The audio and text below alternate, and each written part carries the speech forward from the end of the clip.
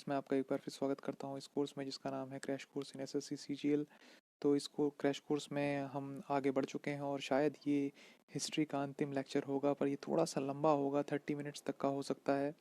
और हम आपको बता दें कि इस इस आज के लेक्चर के बाद शायद हिस्ट्री ख़त्म हो जाएगी और नेक्स्ट डे मैं ज्योग्राफी स्टार्ट कर दूँगा। तो ये कोर्स हम आगे बढ़ाते हैं बिना किसी देरी के। चलिए, सबसे पहले हम बात करेंगे लॉर्ड रिपन की। हम बात कर चुके हैं, लॉर्ड डफरिन की हम बात करेंगे। थोड़ा सा जूम इन कर देते हैं ताकि आपको इजीली दिखाई दे। तो लॉर्ड डफरिन जो थे वो थर्ड बर्मीज़ वॉर के टाइम पे जो है आए थे, ठीक है। और ये इंडियन नेशनल कांग्रेस भी इन्हीं के टाइम पे इस्टेब्लिश हुई थी। तो काफ़ी बार ये क्वेश्चन आता है कि जो इंडियन नेशनल कांग्रेस है वो कब इस्टेब्लिश हुई। थोड़ा सा हम मार्कर को है जो लाइट करेंगे ताकि इजीली हमको दिख जाए। हल्का सा लाइट करेंगे इसको, ठीक है। कलर थोड़ा सा चेंज करते हैं, थोड़ा सा हम इसके कलर को ग्रीन में लेकर आते हैं शेड पे, और थोड़ा सा हम इसको, yes I think it will be better, yes. तो मार्कर हमने सेट कर लिया है। चलिए, तो हाँ, हम बात कर रहे थे इंडियन, क्वेश्चन आता है कि इंडियन नेशनल कांग्रेस जो है वो कब इस्टेब्लिश की गई थी। तो 1885 में वो इस्टेब्लिश हुई थी। काफ़ी बार ये क्वेश्चन आता है। लॉर्ड लैंसडॉन की बात करें, ठीक है, 1888 से 94 तक किए गए थे। फैक्ट्री एक्ट इनके टाइम पे आया था 1891 का। Granted weekly holidays and stipulated working hours women and children. उन्होंने कहा भैया जो वर्किंग आवर्स हैं वो कम किए जाएँ काम करने के फैक्ट्रीज़ में। तो फैक्ट्री एक्ट 1891 का लॉर्ड लैंसडॉन लेकर आए। Civil services were divided into imperial, provincial and subordinate services. तो यहाँ पे देखिए, जैसे एक सीरीज़ होती है सर्विसेज की। जैसे सबसे ऊपर यूपीएससी के मेंबर्स बैठे रहते हैं, यूपीएससी सेलेक्ट होते हैं। उसके नीचे जो है प्रोविंशियल सर्विसेज के, प्रोविंशियल सिविल सर्विसेज के ऑफिसर्स रहते हैं। फिर नीचे एसएससी के ऑफिसर्स रहते हैं, चाहे वो स्टेट एसएससी हो या फिर सेंट्रल एसएससी हो, उससे सेलेक्ट किए हुए बंदे यूटिलाइज़ किए जाते हैं सर्विसेज में। तो वो जो प्रोसीजर लेकर आए वो लैंसडॉन साहब लाए। ये एक जो हायरार्की है वो लेकर आए वो। फिर उसके बाद आता है हमारा इंडियन काउंसिल्स एक्ट आता है। और इंडियन काउंसिल्स एक्ट की बात करें, ये भी लेकर आए थे 1892 में। Durand commission defined the Durand line. ये डूरंट लाइन जो ब्रिटिश इंडिया और अफगानिस्तान के बीच में थी वो लेकर आए ये आपके लॉर्ड लैंसडॉन साहब, ठीक है। तो ये सब इन्होंने काम किए हैं। और अब जो है चूंकि भारत डिवाइड हो चुका है, तो एक चीज़ मैं करेक्ट कर दूं कि अब ये डूरंट लाइन पाकिस्तान और अफगानिस्तान के बीच में है, ठीक है। तो अब हम आगे बढ़ते हैं। तो लॉर्ड एल्गिन की हम बात करें, लॉर्ड एल्गिन साहब जो है ये भी काफ़ी इंपॉर्टेंट नहीं है एग्ज़ाम के पॉइंट ऑफ व्यू से। साउदर्न अपराइजिंग इनके टाइम पे हुई थी। ग्रेट फैमिन आया था इनके टाइम पे 1896 और 1897 में। लियाल कमीशन आया था ऑन फैमाइन पे। और लॉर्ड कर्जन की हम बात करें, कमीशन बना था अंडर सर थॉमस रिलाई में के उसमें चेयरमैनशिप में इन 1902 में, to suggest reform regarding universities, ताकि यूनिवर्सिटीज़ के रिगार्डिंग रिफॉर्म्स हो सकें। ताकि क्योंकि उस समय क्या है, यूनिवर्सिटीज़ में जो पढ़ाई होती थी वो काफ़ी हिंदूवादी भी होती थी और काफ़ी ज़्यादा ऐसी पढ़ाई होती थी जिसमें पुराने ढंग की चीज़ें पढ़ाई जाती थी। जैसे प्रथाओं के बारे में, कुप्रथाएं पढ़ाई जाती थी। तो अंग्रेज चाहते थे कि किसी ना किसी तरह से ऐसी कोई यू नो रिफॉर्म्स लाए जाए यूनिवर्सिटीज़ में, ताकि उनका सिलेबस भी चेंज किया जा सके और ऐसा सिलेबस पढ़ाया जा सके जिससे कि अंग्रेज टाइप के लोग पैदा किए जा सकें। और एक अच्छे खासे समझदार, जिस तरह से वो अपने आप को समझते थे वैसे लोग पैदा किए जा सकें यूनिवर्सिटी से। All right, if we'll move forward, we will see Ancient Monuments Preservation Act. this ancient monuments preservation act भी जो है वो लॉर्ड कर्जन के टाइम पे आया। This archaeological survey of India जो इस्टेब्लिश करने का जो एक तरह से जो सहरा बांधा जाता है वो लॉर्ड कर्जन के ऊपर ही बांधा जाता है। If will move forward, agriculture research institute was establish at Pusa in Delhi. Delhi में जो है पूसा एक जगह है जहाँ पे एग्रीकल्चर रिसर्च इंस्टीट्यूट है, वो भी इन्हीं के टाइम पे जो है इस्टेब्लिश हुआ था। इन्होंने बंगाल को पार्टीशन किया था लॉर्ड कर्जन ने, आपको याद दिला दूँ मैं। तो ये भी काफ़ी इंपॉर्टेंट क्वेश्चन है from the exam point of view कि बंगाल पार्टीशन में किसका बड़ा हाथ था। तो ऑलरेडी जो था वो है लॉर्ड कर्जन का। काफ़ी इंपॉर्टेंट क्वेश्चन है, इसको गांठ बांध के रख लीजिए। अगर हम आगे बढ़ें तो लॉर्ड मिंटो की हम बात करेंगे। इसके बाद जो है लॉर्ड मिंटो साहब आए हैं, वो स्वदेशी मूवमेंट लेकर आए 1905 से 1908 का।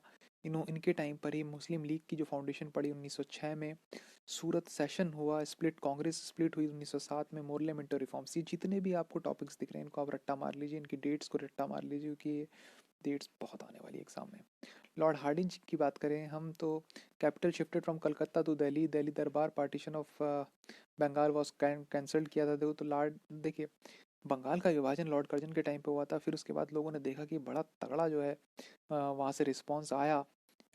लोगों ने काफ़ी अपनी पदवी वगैरह भी वापस कर दी, अपने जितने भी ऑनर्स उनको मिले थे वो वापस कर दिए। रविंद्रनाथ टैगोर ने भी वापस कर दिए थे। नाइटहुड का भी वापस कर दिया था उन्होंने, उनको जो दिया था अंग्रेजों ने। तो उसके बाद ये डिसाइड किया गया कि नहीं भैया बंगाल का विभाजन ना करा जाए, तो उसके बाद पार्टीशन बंगाल कैंसिल कर दिया गया। The Hindu Mahasabha was founded 1915 में पंडित मदन मोहन मालवीय के लीडरशिप में जो है हिंदू महासभा को इस्टेब्लिश किया गया। लॉर्ड चैम्सफोर्ड जो है वो 1916 से 21 तक रहे। इसके बाद viceroy Gandhi return to India, Gandhi ji इन्हीं के शासनकाल में वापस आए भारत में। अफ्रीका से फाउंडेड साबरमती आश्रम 1916 में साबरमती आश्रम को इस्टेब्लिश किया गया। चंपारण सत्याग्रह, सत्याग्रह एट अहमदाबाद 1918 में हुआ। खेड़ा सत्याग्रह 1918 में हुआ। अगस्त डिक्लेरेशन की बात करें मॉन्टेग ने किया। And then secretary of state and Montford reforms और the government of India act 1919 आया। रॉलेट एक्ट जो है 1919 में आया था। जलियांवाला बाग मैसेकर हुआ, हत्याकांड सबसे बड़ा जो इतिहास में जाना जाता है। 13 अप्रैल 1919 को डेट याद कर लीजिए। खिलाफत कमेटी बनाई गई, वॉज फाउंडेड एंड खिलाफत मूवमेंट स्टार्टेड किया गया 1919 से 1920। काफ़ी इंपॉर्टेंट है कब खिलाफत कमेटी स्टैब्लिश हुई और कब खिलाफत मूवमेंट चला, 1919 से 1920। नॉन कोऑपरेशन मूवमेंट स्टार्ट किया गया 1920 से 22 में। वुमेन यूनिवर्सिटी पूना में बनाई गई। All right, if you will move forward then we will see Lord Reading की हम बात करें। लॉर्ड रीडिंग जो है इसके बाद आएंगे। लॉर्ड रीडिंग की हम बात करें, repeal of Rowlatt act, Chauri Chaura incident, RSS को फाउंड किया गया इन 1925। ठीक है, तो रॉलेट एक्ट आया, चौरी चौरा इंसिडेंट हुआ, आरएसएस फाउंड हुई 1925 में। ये भी काफ़ी इंपॉर्टेंट क्वेश्चन है। Suppressed non cooperation movement, formation of Swaraj party की स्थापना हुई। मोपला रिबेलियन जो है, मोपला का विद्रोह 1921 में हुआ। काकोरी ट्रेन लूटी गई 1 अगस्त 1925 को। कम्युनल रायट्स हुए, तो कम्युनल दंगे हुए इनके टाइम पे 1923 और 1925 में, मुल्तान, अमृतसर, दिल्ली। तो इसमें जो ये लॉर्ड रीडिंग का टाइम भी काफ़ी इंपॉर्टेंट तो है, बट ऐसा क्वेश्चन ऐसा बहुत ज़्यादा बनता नहीं है इन पे। ठीक है, ये पूछा जाता है कि आरएसएस कब बना। ठीक है, चौरी चौरा इंसिडेंट्स कब हुआ, काकोरी ट्रेन रॉबरी किस वक्त हुई 1925 में, मोपला रिबिलियन 1921 में हुआ, ये पूछा जाता है। ठीक है, ये सारे questions they are sometime asked in the examinations but not always. if we will move forward हम लॉर्ड एविन देखेंगे जो कि बहुत ही इंपॉर्टेंट वॉइस रॉय हैं इंडिया के। इसको हम थोड़ा सा जूम इन कर देते हैं तो थोड़ा सा मैं फास्ट पढ़ाऊंगा क्योंकि आज हिस्ट्री खत्म होनी है। साइमन कमीशन विजिटेड इंडिया 1927 में। Congress pass the Indian resolution in 1929। Dandi march जो है 1930 में, 12 मार्च 1930 में शुरू किया गया। ये पूछा जाता है। सिविल डिसोबीडियंस 1930 में पैदा हुआ। तो देखिए पूछा जाता है कि दांडी मार्च किस आंदोलन से संबंधित है, तो सिविल डिसोबीडियंस मूवमेंट से संबंधित है। Alright, first round table conference was held in England in 1930। पहला राउंड टेबल कॉन्फ्रेंस हुआ इंग्लैंड में 1930 में। गांधी इरविन पैक्ट भी हुआ है इसी टाइम पे। Lahore session of Congress and पूर्ण स्वराज डिक्लेरेशन 1925 में हुआ। Lahore session of Congress and पूर्ण स्वराज डिक्लेरेशन 1925, ये हमेशा याद रखिए। ठीक है, पूर्ण स्वराज को डिक्लेयर किया गया 1925 में।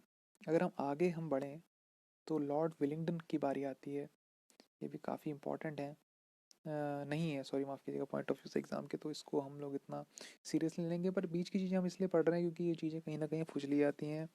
सेकंड राउंड टेबल कॉन्फ्रेंस हुआ लंदन में 1931 में, और तीसरा 1932 में हुआ। गवर्नमेंट ऑफ इंडिया एक्ट आया 1935 में। कम्युनल अवार्ड 16 अगस्त 1932 को हुए, असाइन किया separate electorate for Gandhi ji went to on a epic fast to protest against the division.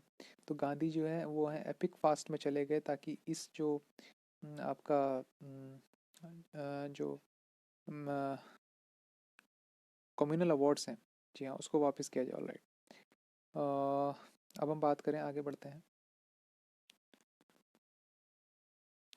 Lord लिथिनको की हमने बात करनी है। Lord Linlithgow, Congress ministries resignation celebrated as deliverance day. Congress ministers ने रेजिग्नेशन दिया जो डिलीवरेंस डे के रूप में बनाया गया है बाय द मुस्लिम लीग। ठीक है, लाहौर रेजोल्यूशन 23 मार्च 1940 को आया of the Muslim League demanding separate state for Muslims. Lahore resolution आया 23 मार्च 1940 को, इन्होंने डिमांड किया separate state for Muslims. It was at this session that Jinnah propounded his two nation theory. ठीक है, जिन्ना अपनी टू नेशन थ्योरी लेकर आए। तो ये टू नेशन थ्योरी जो जिन्ना साहब लेकर आए वो आफ्टर द लाहौर रेजोल्यूशन लेकर आए। तो कहने का मतलब ये है कि लॉर्ड लिनलिथगो के टाइम पे जो है कांग्रेस मिनिस्ट्रीज ने रेजिग्नेशन दिया, डिलीवरेंस डे बनाया। तो ये जो इसमें इंपॉर्टेंट चीज़ है वो लाहौर रेजोल्यूशन कब आया, वो है 23 मार्च 1940। टू नेशन थ्योरी आ गई, outbreak of world war second हो गया 1939 में। क्रिप्स मिशन कब आया भारत पूछा जाता है 1942 में। क्विट इंडिया मूवमेंट कब शुरू हुआ, 8 अगस्त 1942 में। ऑल राइट, अगर हम आगे बढ़ें तो हम देखेंगे लॉर्ड वेवल की हम बात करें, कैबिनेट मिशन प्लान जो है 16 मई 1946 को आया। ठीक है, first meeting of the constituent assembly was held in 9 दिसंबर 1946 को जो है फर्स्ट मीटिंग हुई कॉन्स्टिट्यूंट असेंबली की। Arrange the Shimla conference on 25 जून 1945, 25 जून 1945 में शिमला कॉन्फ्रेंस को अरेंज किया इन्होंने with the failure of talks between Indian national Congress and Muslim league. इसमें क्या हुआ था कि इंडियन नेशनल कांग्रेस और मुस्लिम लीग के बाद बातचीत नहीं, बंद हो गई थी। Election to the constituent assembly were held and an interim government was appointed under Nehru. ठीक है, इलेक्शन हुआ कॉन्स्टिट्यूंट असेंबली का और एक अंतरिम सरकार बनाई गई नेहरू के under. All right, Lord Mountbatten की बात करें, काफ़ी इंपॉर्टेंट जो है ये आपके क्या बोलते हैं वॉइस रॉय हैं। ये जो last voice Roy of British India के अंतिम वॉइस रॉय हैं, first governor general of India. हुआ ये कि 1947 में जब देश आज़ाद हो गया तो उस समय क्या है ना, अंग्रेज ये जानते थे कि अगर अचानक से सत्ता हमारे भारतीय जानते थे कि अगर अचानक से सत्ता हमारे पास में आ गई तो जो एक लेगेसी है, जो एक विरासत है, वो हम लोग अंग्रेज़ों की नहीं ला सकते। विरासत इन द सेंस कि मतलब विरासत तो हमें खैर नहीं चाहिए, बट देखिए एडमिनिस्ट्रेशन कैसे करना है वो अंग्रेज़ जानते थे, क्योंकि अंग्रेज़ हमसे पहले आज़ाद हो चुके थे और अंग्रेज़ दूसरे देशों को आज़ाद करने लग गए थे, वो इतने एडवांस हो गए थे। तो उनको पता था कि शासन कैसे करना है और हमको सीखना था कि शासन कैसे होना है। उसके लिए ज़रूरी था कि एक एडमिनिस्ट्रेटर ऐसा रहे जो भले ही कुछ समय तक देश में रहे पर उनके अंडर गाइडेंस में वो हमको सरकार बनाना सिखाए, सरकार चलाना सिखाए और सरकार का एक बड़ा जो मापदंड है उसको लागू करना सिखाए। तो उसके लिए जो है लॉर्ड लॉर्ड माउंटबेटन को 1 साल और रखा गया, तो कि उनको 1948 में रिटायर कर दिया गया। और सी राजगोपालाचारी देश के पहले जो है कहेंगे गवर्नर जनरल बने इंडिया के।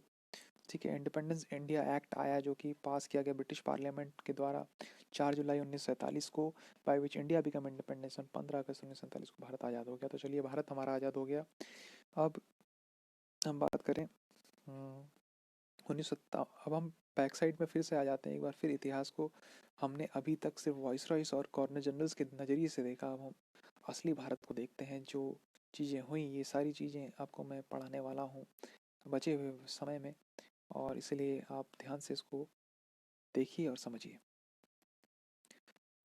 1857 की रिवॉल्ट की बात करें, स्टार्टेड एट मेरठ ऑन 10 मई 1857 में ये स्टार्ट हुई, मेरठ से स्टार्ट हुई। कई बार पूछा जाता है कि कहाँ से आउटब्रेक हुआ रिवॉल्ट का। पॉलिटिकल जो कारण थे, तो policy of doctrine of lapse, क्या है कि अंग्रेज जो हड़प की नीति लेकर आए थे ना, कि भैया जिस राजा का बच्चा नहीं हो, लड़का नहीं होता, या फिर हाँ लड़का ही कह सकते हैं, किसी को संतान, लड़का भी नहीं, जिसकी कोई संतान है, संतान नहीं है, उसकी जो उसका जो राज्य है वो ऑटोमेटिकली जो है वो अंग्रेजों के साम्राज्य में मिल जाएगा। तो ये नीति लोगों को रास नहीं आई। ठीक है, तो लोगों को ये नीति क्या रास नहीं आती, ये तो हम ही को रास नहीं आ रही। ये कितना अन्यायपूर्ण नीति है, तो लोगों को भी रास नहीं आई और राजा महाराजा को भी रास नहीं आई। इस वजह से उनमें एक विद्रोह की भावना जागृत हुई। तो इकोनॉमिक कॉजेज़ क्या थे, हैवी टैक्सेशन, काफ़ी टैक्सेस लगा दिए थे, evictions, discriminatory tariff policies against Indian products and destruction of traditional handicrafts and hit peasants को मारते थे इतने सारे टैक्सेस के मार से। और आर्टिशंस एंड समाज जमींदारों की तो हालत बहुत टाइट थी भैया। मिलिट्री डिस्क्रिमिनेशन हुआ था as Indian soldiers were paid low salaries, soldiers को भी बहुत कम सैलरी देते थे। They could not rise above the rank of, subedar से ऊपर वो बढ़ नहीं पाते थे, ऑफिसर्स रैंक में नहीं आ पाते थे। एंड वर रेशियली इंसल्टेड, ऊपर से उनका रेशियल डिस्क्रिमिनेशन करते थे। फिर move forward, grievances of sipahis, the introduction of Enfield rifle and its cartridge of which greased with animal fat provided the spark. होता ये था कि भारत में इनके जितने भी सिपाही होते थे, भारतीय सिपाही, वो हिंदू होते थे। और हिंदुओं में आप समझ सकते हो कि वो उनकी उसमें जो राइफल्स होती थी, उसमें जो कार्टिज होती थी ना, उसमें जो ग्रीस लगा होता था, उसमें एनिमल फैट होता था, चर्बी होती थी जानवरों की, जो कि हिंदुओं की भावनाओं के खिलाफ था। वो उस और मुंह से निकालना पड़ता था उस राइफल को, उस कार्ट्रिज को। तो ये वो चीज़ें नहीं कर सकते थे क्योंकि इसमें एनिमल फैट था जो कि सेंटिमेंट्स के इंडियंस के खिलाफ था। तो इस वजह से जो है एक शिकायत जो है मन में उभरी सिपाहियों के, और वो एक विद्रोह का रूप ले गई। And if you will move forward we will see a rebellion broke out among sipahis of Meerut in 10th में। तो एक रिबेलियन ब्रोक आउट हुआ among the sipahis in Meerut in 10 मई 1857 को, which later spread to other parts of the country, जो कि दूसरे क्षेत्रों में भी फैला। British social reforms, widow remarriage, abolition of sati, education for girls, Christian missionaries. ठीक है, ब्रिटिश सोशल रिफॉर्म्स हुए, विडो रीमैरिज आया, abolition of sati, education for girls इनके टाइम पे आया था। तो ये भी क्या है ना, अभी ये कैसे कारण बन गया, आप तो बोलोगे ये तो अच्छा हुआ, पर ये how all these become the reason of the revolt, as the reason behind it is कि ये विडो रीमैरिज ना, देखो लोग बाग तो ये चाहते थे कि ये सारी चीज़ें रहे, जो आम आदमी चाहता था ये सारी चीज़ें रहे, क्योंकि उनके मन में दुर्भावनाएं लोगों ने पैदा कर दी थी कि हाँ भाई इस तरह से अगर आप सती हो जाओगे तो आपको स्वर्ग मिल जाएगा, फलाना ढिमकाना जो भी है, इस तरह से दूसरों से शादी नहीं करते, दोबारा रीमैरिज नहीं कर सकते। तो एक तरह से ये लोगों के सेंटिमेंट्स के खिलाफ ही रहा, लोग इसको एक्सेप्ट नहीं कर पाए, तो इसीलिए एक रिवोल्ट का कारण माना जाता है। चलिए, अब ये जो इम्पोर्टेंट चीज़ इसमें ये भी है कि अब भाई साहब ये पूछा जाता है कि सेंटर ऑफ रिवोल्ट्स कौन कौन से रहे और क्यों रहे। ये भी कई बार दिमाग में क्वेश्चंस आते हैं, पूछे भी जाते हैं। दिल्ली जो था वो भी एक अच्छा केंद्र रहा, जाहिर सी बात है, क्योंकि वहाँ पे देश के राजा रह रहे थे बहादुर शाह सेकंड हैं। और उसके बाद बनारस में लियाकत अली, कानपुर में नाना साहेब तात्या टोपे अजीमुल्ला खान, लखनऊ में बेगम हजरत महल, झांसी में रानी लक्ष्मीबाई, बरेली में खान बहादुर खान, अवध में वीर Kunwar Singh. Causes of failure पर ये जो क्या कहेंगे रिवोल्ट थी वो एक फेलियर साबित हुई, क्योंकि Nizam of Hyderabad, Raja of Jodhpur, Scindia of Gwalior and Holkar of Indore, the rulers of Patiala, Sindh and Kashmir and the Rana of Nepal provided active support to the British. इन लोगों ने ब्रिटिशर्स को सपोर्ट किया, क्योंकि देखिए ऐसा होता है कि हर जगह पे ऐसे ही होता है, कुछ लोग आपके साथ होते हैं, कुछ लोग आपके साथ नहीं होते। तो उसी तरह से यहाँ पर भी अंग्रेज़ों के साथ कुछ लोग चले गए थे और रिवोल्ट के साथ नहीं रहे, अपने ही आदमी। विभीषण जहाँ होता है वहाँ लंका जलती है, और वैसा ही हुआ। Comparative lack of efficient leadership, leadership भी इफेक्टिव था। अब देखिए इतने बिखरी बिखरी सी लीडरशिप है, महात्मा गांधी ने तो एकजुट करके लीडरशिप रखी थी, पर यहाँ पे बिखरी लीडरशिप है, हर किसी के सेंटिमेंट्स अलग हैं, हर किसी की मानसिकता अलग है, सबकी मानसिकता अलग है, तो एक प्रॉपर लीडरशिप वहाँ पे नहीं आ पाई भैया। एक ही राजा, एक ही अगर लीडर होता है तो टीम को वो यूनाइट करता है, बट अगर अलग अलग लीडर हो जाए तो अलग अलग इमोशंस के साथ और अलग अलग जो है उनकी मेंटालिटी के साथ वो ट्रीट करते हैं, तो एक अच्छी कैप्टनसी हो नहीं पाती और उसके बाद टीम हार जाती है। तो वैसा ही यहाँ पे होगा। इम्पैक्ट ऑफ रिवॉल्ट की बात करें, अच्छा कुछ ना कुछ इम्पैक्ट भी रहा है, ऐसी बात नहीं है। The control of Indian administration was pass to the British crown in the government by the government of India act 1858। एक इसका इम्पैक्ट ये भी रहा कि जो कंट्रोल है इंडियन एडमिनिस्ट्रेशन का वो ब्रिटिश क्राउन के पास चला गया, और गवर्नमेंट ऑफ इंडिया 1858 का गवर्नमेंट ऑफ इंडिया एक्ट आया। रीऑर्गेनाइजेशन ऑफ आर्मी, आर्मी का रीऑर्गेनाइजेशन करना पड़ा भैया, बहुत बड़ी चीज़ तो ये हो गई। आर्मी को फिर रीऑर्गेनाइज करना पड़ा, ऐसी चीज़ें हटानी पड़ी जो कि एक रिवोल्ट क्रिएट करें among the army man. And after the revolt the British pursued the policy of divide and rule. इसके बाद अंग्रेज समझ गए कि यहाँ पे अगर टिकना है तो डिवाइड एंड रूल की जो पॉलिसी है ना, वो लानी पड़ेगी। बांटो और शासन करो वाली जो नीति है वो लानी पड़ेगी, फूट डालो और शासन करो। जी हाँ, चलिए अब हम तो अब बात करेंगे हम चीफ नेशनल एक्टिविटीज़ की। जो चीफ नेशनल एक्टिविटीज़ उस समय हुई वो कौन कौन सी थी। इंडियन नेशनल कांग्रेस जो है उनका अस्तित्व में आई 1885 में, जैसा कि हमने पहले भी बताया था, लॉर्ड डफरिन के टाइम पे, है ना। और ए ओ ह्यूम जो है वो उसको लेकर आए थे, उन्होंने इस्टेब्लिश किया था, एक जो कि रिटायर्ड सिविल सर्वेंट थे। The first session was held in Bombay, पहला सेशन बॉम्बे में हुआ under W C Banerjee in 1885, attended by 70 delegates from all over India. The first 2 decades of International Congress were described the history as those of moderate demands and the sense of confidence in British justice and generosity. Moderate leaders की बात करें, Dadabhai Naoroji, Badruddin Tyabji, Gopal Krishna Gokhale, Surendranath Banerjee and Anand Mohan Bose. Partition of Bengal हुआ 1905 में। The partition was announced by lord Curzon on 16 October 1905 through a royal proclamation reducing the old province of Bengal in size by creating East Bengal and Assam out of the West Bengal। तो क्या हुआ, Lord Curzon ने बंगाल विभाजन का नीति अपनाई हुई, फूट डालो और शासन करो की नीति शुरुआत हो चुकी थी 16 अक्टूबर 1905, डेट याद कर रखिए। Through a royal proclamation reducing the old province of Bengal in size by creating East Bengal and Assam out of the West Bengal। ठीक है, तो ओल्ड प्रोविंस ऑफ बंगाल को साइज रिड्यूस किया गया। इसको डिवाइड करते ईस्ट बंगाल और आसाम, तो आसाम भी जो अभी का है ना वो बंगाल से ही निकला है, याद करके रखिएगा। ऑलराइट, अगर हम आगे बढ़ें तो स्वदेशी मूवमेंट इसके बाद स्टार्ट किया गया। ये लोकल जो उस समय नेता थे उन्होंने स्टार्ट किया। This movement had its origin in the anti partition movement of Bengal. Anti partition movement के खिलाफ जो मूवमेंट हुआ था, जो बंगाल विभाजन के खिलाफ जो मूवमेंट हुआ था, उसके उसके वहाँ से ओरिजिन हुआ। इसका Lal Bal Pal Aurobindo Ghosh played important role. Lal Bal Pal जो लाल बहादुर शाह लाल बा माफ कीजिएगा, लाला लाजपत राय पाल, गंगाधर तिलक और ये जो पाल थे उन्होंने और अरबिंदो घोष थे, उन्होंने ये इसका लीडरशिप की। ठीक है। और Indian national Congress took the swadeshi call first at the Banaras session 1905 में, प्रेसाइड ओवर जी के गोखले। ठीक है। इंडियन नेशनल कांग्रेस ने स्वदेशी कॉल सबसे पहले बनारस सेशन में की, जहाँ पे गोपाल कृष्ण गोखले जो कि पॉलिटिकल गुरु हैं महात्मा गांधी ने, उन्होंने इसकी अध्यक्षता की। मुस्लिम लीग की बात करें, it was set up in 1906 by Aga Khan, Nawab Salimullah of Dhaka and Nawab Mohsin ul Mulk. ठीक है। मुस्लिम लीग 1906 में सेटअप की गई। It was set up in 1906 by Aga Khan, Nawab Salimullah of Dhaka and Nawab Mohsin ul Mulk. The league supported the partition of Bengal and oppose the swadeshi movement. League ने सपोर्ट किया पार्टीशन ऑफ बंगाल और अपोज किया swadeshi movement. ठीक है, जो मुस्लिम लीग थी। Demanded special safeguard to its community and separate electorate for Muslims. All right, तो ये मुस्लिम लीग की बात रही। चलिए, ज़्यादा तो है नहीं, फिर भी हो जाएगा ये।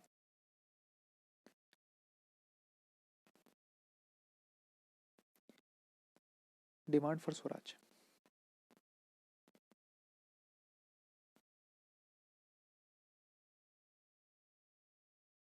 डिमांड फॉर स्वराज की बात करें, कलकत्ता सेशन जो है 1906 में हुआ। The Indian national Congress under the leadership of Dadabhai Naoroji adopted swaraj. Indian national Congress ने दादा भाई नौरोजी के लीडरशिप में स्वराज अडॉप्ट किया। उन्होंने कहा कि हम स्वराज के लिए लड़ेंगे, इंडियन पीपल का शासन होना चाहिए इस देश में, ना कि अंग्रेजों का। सूरत स्प्लिट हुआ 1907 में। द इंडियन नेशनल कांग्रेस दो भागों में बढ़ गई, जो कि एक्सट्रीमिस्ट और मॉडरेट्स में, due to the debate on nature of swadeshi movement. Extremists were led by Lal Bal Pal while the moderates by G K. Gokhale. Extremist जो थे उनको लीड किया लाल बाल पाल ने, वाइल द मॉडरेट्स को गोपाल कृष्ण गोखले, क्योंकि गोपाल कृष्ण गोखले पॉलिटिकल गुरु थे गांधी के, तो वो एक मॉडरेट पर्सन थे और इसीलिए उनके जो शिष्य हैं वो मॉडरेट पर्सन थे। बात करें मोर्ले मॉन्टे रिफॉर्म की, 1909 में आया। The reform envisaged and separate electorate for Muslim besides other constitutional measures. Lord Minto came to be known as the father of communal electorate. Lord Minto जो थे वो father of communal electorate बने। गदर party की हम बात करें 1913 में, formed by Lala Hardayal, Taraknath Das and Sohan Singh बखाना। ये काफ़ी एग्जाम में पूछा जाता है। हेडक्वार्टर इसका कहाँ था? सैन फ्रांसिस्को में, भी काफ़ी पूछा जाता है गदर पार्टी का। The name was taken from a weekly paper Ghadar, एक वीकली पेपर उस समय आता था गदर, उससे ये नाम लिया गया। Which had been started on 1 November 1913, जो 1 नवंबर 1913 को स्टार्ट किया गया, to commemorate the 1957 revolt. If you will talk about home rule movement की हम बात करें, 1916 में started by Bal Gangadhar Tilak, April 1916 at Poona, and Annie Besant and S Subramaniam Iyer at Adyar near Madras. Home rule movement शुरू किया गया बाल गंगाधर तिलक के द्वारा पूना में, एनी बेसेंट और एस सुब्रमण्यम अय्यर के द्वारा अद्यार नियर मद्रास में। ऑब्जेक्टिव क्या थे? Self government for India and the British empire. British empire में एक सेल्फ गवर्नमेंट, तो इनके रूल जो गोल था वो तो सेल्फ गवर्नमेंट का था, बट वो फिर भी ब्रिटिश एम्पायर में ही रहना चाहते थे।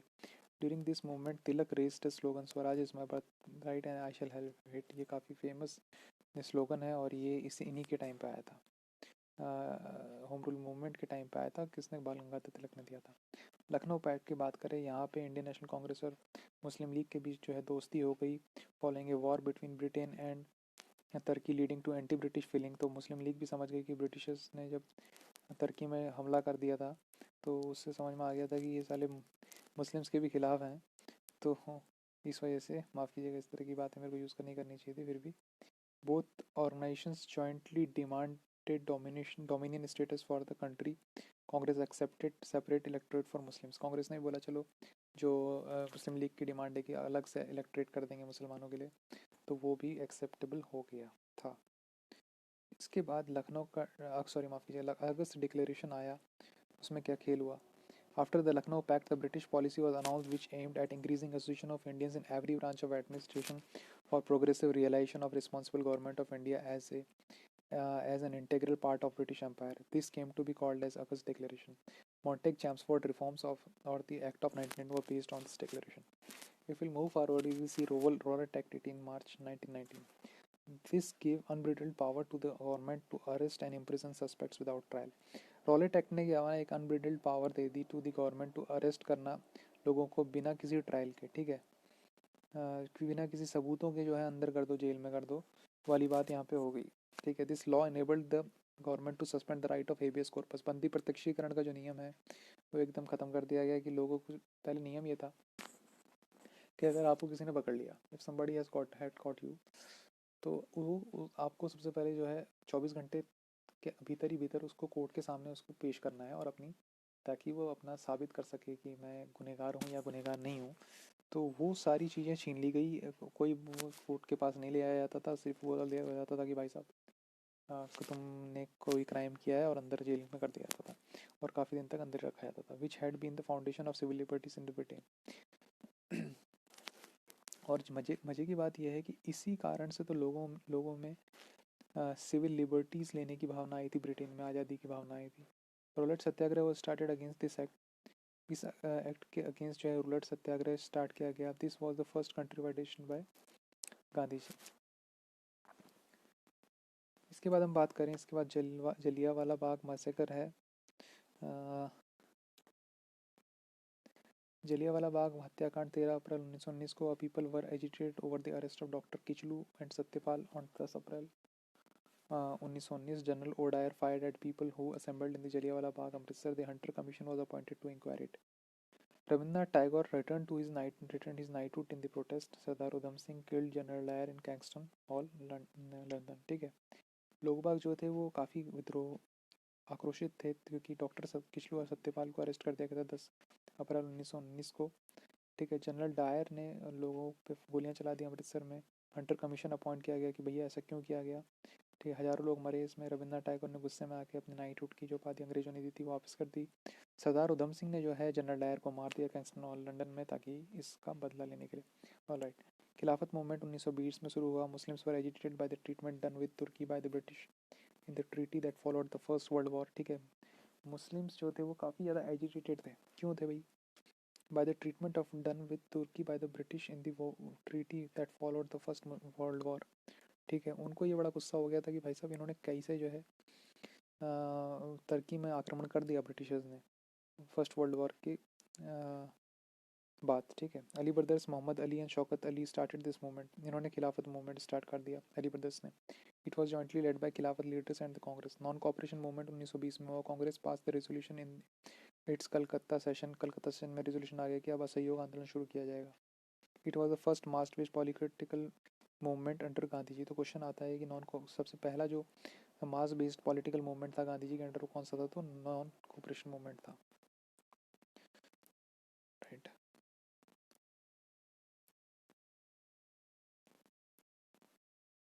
तो इसमें लोगों ने क्या किया? Refusal to attend government durbars and boycott of British courts in and by the lawyers.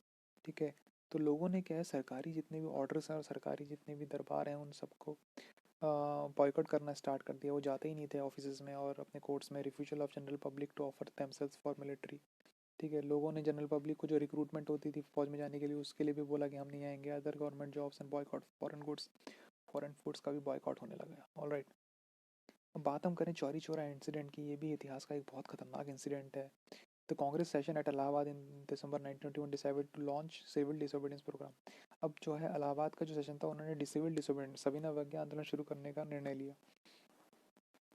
Gandhi ji को लीडर बना दिया गया. बट बिफोर, इससे पहले कि ओपन होता, एक भीड़ ने क्या किया, चौरी चौरा के पास जो है पुलिस से झगड़े में 22 पुलिस थाने में आग लगा दी. इसमें 22 पुलिस वाले 5 फरवरी 1922 को मारे गए. इससे क्या हुआ, गांधी जी काफ़ी आक्रोशित हुए और उन्होंने कहा कि अब कोई नॉन कोऑपरेशन मूवमेंट नहीं होने वाला. ठीक है, स्वराज पार्टी 1923 में बनी. मोतीलाल नेहरू, सी आर दास, एन सी केलकर के लीडरशिप में demanded that the nationalist should and the boycott of legislative council, उन्होंने कहा कि जो राष्ट्रवादी हैं उनको लेजिस्लेटिव काउंसिल जो अंग्रेजों के द्वारा बनाई गई उसमें नहीं जाना चाहिए.